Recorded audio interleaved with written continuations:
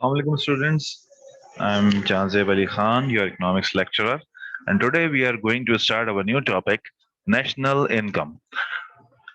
आज हम macro economics start करेंगे, नेशनल इनकम, जिसमें हम इकोनॉमिक एज अ होल की बात करते हैं। तो शुरू करते हैं इसके एमसीक्यू। हमारे पास पहला एमसीक्यू है द कैलकुलेट टू कैलकुलेट पर कैपिटल इनकम। अगर हमें कोई किसी एक पर फर्द की इनकम निकालनी हो तो national income is divided by, national income को किससे डिवाइड करना पड़ेगा? सिंपल सा आंसर है इसका। हम पर कैपिटा इनकम निकाल रहे हैं एक पर्सन की, तो टोटल पॉपुलेशन जो है उससे हमें डिवाइड करना पड़ेगा नेशनल इनकम को। टोटल नेशनल इनकम को डिवाइड करवा देंगे टोटल पॉपुलेशन से, हमारे पास आंसर आ जाएगा। Number 2, in disposable personal income this tax is not included. कौन सा टैक्स इंक्लूड नहीं होता डिस्पोजेबल पर्सनल इनकम पे? डायरेक्ट टैक्स जो भी अप्लाई होगा वो उसमें इंक्लूड नहीं होगा। Number 3, personal disposable income is equal to, personal disposable income जो है यानी कि एक बंदे की जो डिस्पोजेबल इनकम आती है वो किसके बराबर होती है? वो होती है personal income minus direct tax.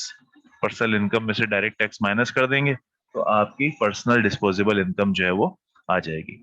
Net national product does not include, net national product में डेप्रिसिएशन अलाउंस जो है वो इंक्लूड नहीं होता। Number 5, national income is measured by, national income को मेजर किस तरह किया जाता है? तो भाई तमाम तर जितने भी मेथड्स हैं, इनकम, प्राइस और एक्सपेंडिचर, इन तीनों मेथड से मेजर किया जाता है। The net national product is equal to, net national product जो है वो किस तरह मेजर की जाती है?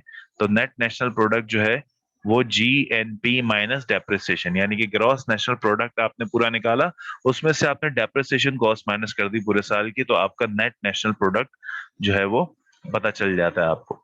Number 7, the average share of national income is called, जो एक एवरेज शेयर है नेशनल इनकम का उसको हम क्या कहते हैं?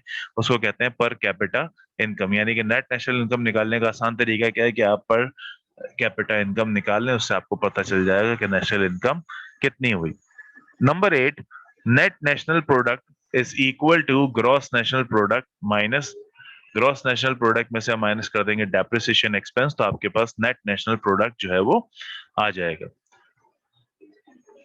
Personal disposable income is equal to personal income minus, personal income में से आप डायरेक्ट टैक्स माइनस करेंगे तो आपके पास पर्सनल डिस्पोजेबल इनकम आ जाएगी, पीछे हम डिस्कस कर चुके हैं।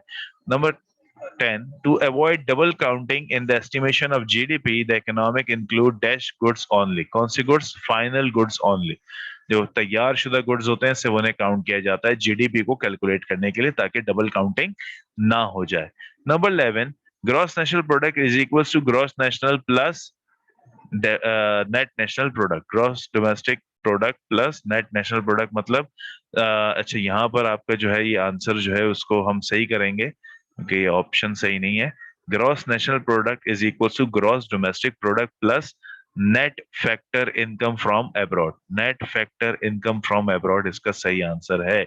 Net factor income from abroad इसका सही आंसर है। ठीक है बेटा। 11th का। Number 12, consumption plus saving is equal to, consumption और सेविंग जब मिलाते हैं तो हमें डिस्पोजेबल इनकम पता चल जाती है। There are dash approach for the estimation of national income. कितनी अप्रोच है बेटा? 3। कौन कौन सी? इनकम, प्राइस और expenditure. Number 14, national income at factor cost is the sum of, national income जो है वो भाई किसका सम है? तो वो भाई रेंट, वेजेस, इंटरेस्ट और प्रॉफिट को मिलाते हैं जब हम, तो हमारे पास नेशनल इनकम जो है वो उसकी कॉस्ट शामिल आ जाती है। Dash is a method to avoid the double counting system. कौन सा मेथड हम अप्लाई कर रहे थे भाई? हम वैल्यू एडेड अप्लाई करते हैं तो डबल काउंटिंग सिस्टम से हम आजाद हो जाते हैं। Number 16, dash is that income which is actually received by all individual living in an economy during a period of 1 year from all the possible sources। Personal income जो है उससे मालूम होती है किसी भी बंदे की इस तरीके से कि हम रिसीव कर रहे हैं तमाम इंडिविजुअल की लिविंग्स जो है, इंडिविजुअल की इनकम को कैलकुलेट करने के लिए। उसके बाद क्या है? To receive the disposable personal income dash taxes are subtracted from the personal. अच्छा भाई, डिस्पोजेबल पर्सनल इनकम के लिए आपको डायरेक्ट टैक्स जो है वो माइनस करने पड़ेंगे, बार बार वही सवाल आ रहा है। 18, personal income and personal disposable income are dash concept, different concept हैं, दोनों बहुत अलग कॉन्सेप्ट हैं। Number 19, in order to avoid double counting the measurement of national income, one must add up. क्या चीज ऐड करनी पड़ेगी भाई? The money value of all finish goods को ऐड करोगे तो आप डबल काउंटिंग से आजाद हो जाओगे। ये भी हम पहले पढ़ चुके हैं। The aggregate of income of the factor of production is called, the aggregate of income of the factor of production क्या कहलाती है? नेशनल इनकम कहलाती है। यानी कि आप total sum of goods produce in a particular country with the help of factor of production is called national income. Under which of the following method of calculating national income we add all the net incomes of individual and business houses during a particular area year? क्या कह रहा है भाई? वो कौन सा method है जहां पर हम नेशनल इनकम के साथ पर्सनल इनकम, बिजनेस इनकम सब शामिल कर देते हैं? वो हमारी इनकम मेथड है।